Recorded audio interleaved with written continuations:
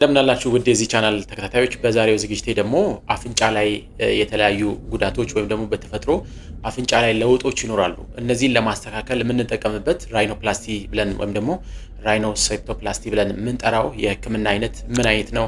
ምን አይነት ችግሮችን ማስተካከል ይችላል? እንደዚሁስ ደግሞ ምን አይነት ሰዎች ህክምናውን ማግኘት ይችላሉ? በዚህ ዝግጅት እንነጋገራለን። ራይኖፕላስቲ ወይም ደግሞ ሴፕቶ ራይኖፕላስቲ አንድ ሰው የአፍንጫ ችግር ሲኖርበት የመጣመም ጫፉ የመዶልዶም ወይም ደግሞ የመወፈር እንደዚሁም ደግሞ የአፍንጫው የጫፍ ክፍል በጣም ከፍ ሲል እንደዚሁም ደግሞ የአፍንጫው ቀዳዳ ሰፊና ድፍጥጥ ሲሆን እንደዚሁም ደግሞ በጉዳት ምክንያት የተለያየ ችግር ሲደርስበት ሴፕቶ ራይኖፕላስቲ ማሰራት ይችላል። ብዙ ሰዎች ይሄ ህክምና እዚህ አለ ብለው አያስቡም። እንደዚሁም ደግሞ የአፍንጫ ላይ ችግሮች የስነ ልቦና ችግር እንደዚሁም ደግሞ ህክምናው በጣም ውድ ነው ሰዎች ብለው በማሰብ ምክንያት እንደዚሁም በተጨማሪ ህክምናው የለም ብለው ስለሚያስቡ ህክምና ላያገኙ ይችላሉ።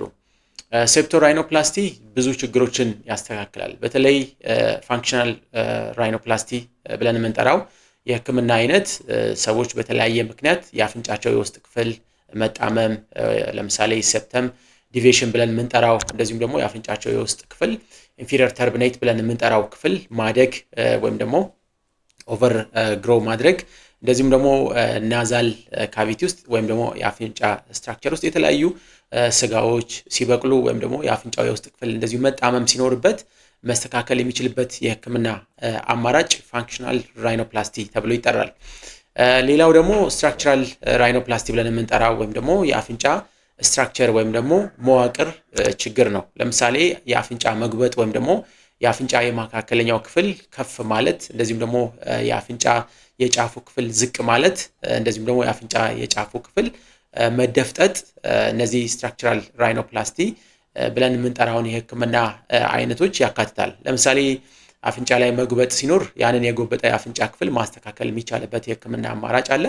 ይሄ ሃምፕ ሪዳክሽን ብለን የምንጠራው ወይም ደግሞ የአፍንጫን የወገብ ክፍል ማስተካከል ነው።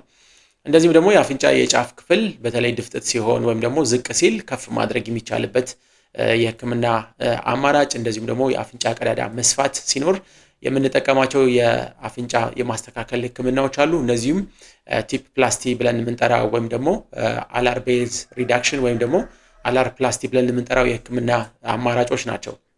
ቀደም እንዳልኳችሁ ፋንክሽናል ራይኖፕላስቲ በተለይ ደግሞ ኦብስትራክቲቭ ስሊፕ አፕኒያ ያላቸው ሰዎች ለምሳሌ ሴፕታል ዲቪዬሽን ወይም ደግሞ የአፍንጫው የውስጠኛው የአካፋይ ክፍል መጣመም ሲኖር የአፍንጫ የአንድ ክፍል መጥበብ ይኖራል። ይሄ ታዲያ በደንብ አየር እንዳይፈስ ወይም ደግሞ የአየር ፍሰት እንዳይኖር ያግዳል። ይሄ ሰዎች እንዲያንኮራፉ ያደርጋል። ኦብስትራክቲቭ ስሊፕ አፕኒያ ችግር ሊፈጥርባቸው ይችላል። ያ ማለትም የማንኮራፋት እንደዚሁም ደግሞ ሌሊት ቶሎ ቶሎ የመንቃት እንደዚሁም ቀን የድካም ስሜት ሊፈጥርባቸው ይችላል። ይሄ ፋንክሽናል ራይኖፕላስቲ ነው። እንደዚሁም በፋንክሽናል ራይኖፕላስቲ ነው ማስተካከል የሚቻለው። የውስጠኛውን የሴፕተም ክፍል ወይም ደግሞ የአፍንጫውን የውስጥ ክፍል ቀጥ በማድረግ በሁለቱም የአፍንጫ ቀዳዳዎች ትክክለኛ የአየር መጠን ወይም ደግሞ ፍሰት እንዲኖር የማድረግ ስራ የምንሰራበት የህክምና አማራጭ ነው።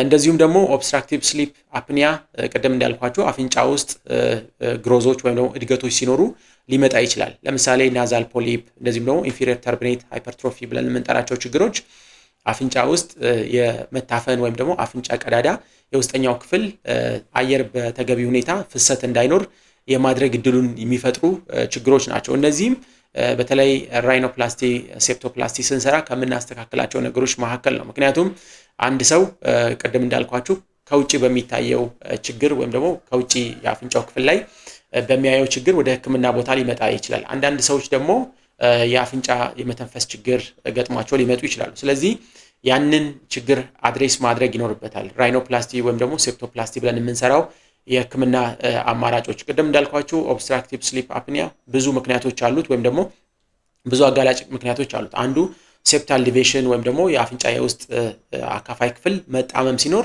ኦብስትራክቲቭ ስሊፕ አፕኒያ ያመጣል። ይሄ ችግር ታዲያ ታካሚው ይዞ ሲመጣ ሴፕቶፕላስቲ እንዲሁም ደግሞ ሴፕቶ ራይኖፕላስቲ በመስራት የአፍንጫውን የውስጥ ክፍል በማስተካከል የመተንፈስ ችግሩን ማስተካከል ይቻላል።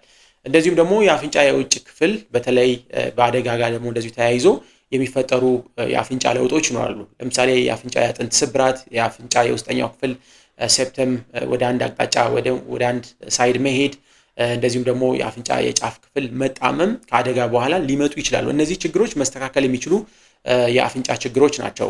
በተለይ ከአደጋ ጋር ተያይዞ የሚፈጠሩ ጉዳቶች የሲቲ ስካን ምርመራ እጅግ አስፈላጊ ነው። ምክንያቱም ከአደጋ ጋር የሚመጡ ችግሮች ሁለት ምክንያቶች ወይም ደግሞ ታካሚ ወደኛ ሲመጣ ሁለት ችግሮችን ይዞ ነው የሚመጣው። አንደኛ ከውጭ የሚታየውን የአፍንጫ መጣመም፣ እንደዚሁም ደግሞ ሁለተኛ የአፍንጫ የመተንፈስ ችግር ወይም ደግሞ አየር በቀላሉ የማጓጓዝ ችግር ሊኖርበት ይችላል። ስለዚህ ከህክምናው በኋላ ወይም ደግሞ ህክምናውን ካደረገ በኋላ ሁለቱም ለውጦች መኖር አለባቸው። የአፍንጫው የውጨኛው ክፍል መስተካከል አለበት፣ እንደዚሁም ደግሞ የአተነፋፈስ ስርዓቱም እንደዚሁ መስተካከል አለበት። እነዚህ ባልተጠበቁበት ሁኔታ ሴፕቶራይኖፕላስቲ ተሰርቷል ብለን ማሰብ አንችልም። ስለዚህ አንድ ሰው በተለያየ ምክንያት አፍንጫው እንዲስተካከልለት ሊፈልግ ይችላል። በተለይ አንዳንድ ችግሮች ጄኔቲክስ ሊሆን ይችላል ወይም ደግሞ ከቤተሰብ የሚወረሱ ሊሆን ይችላሉ።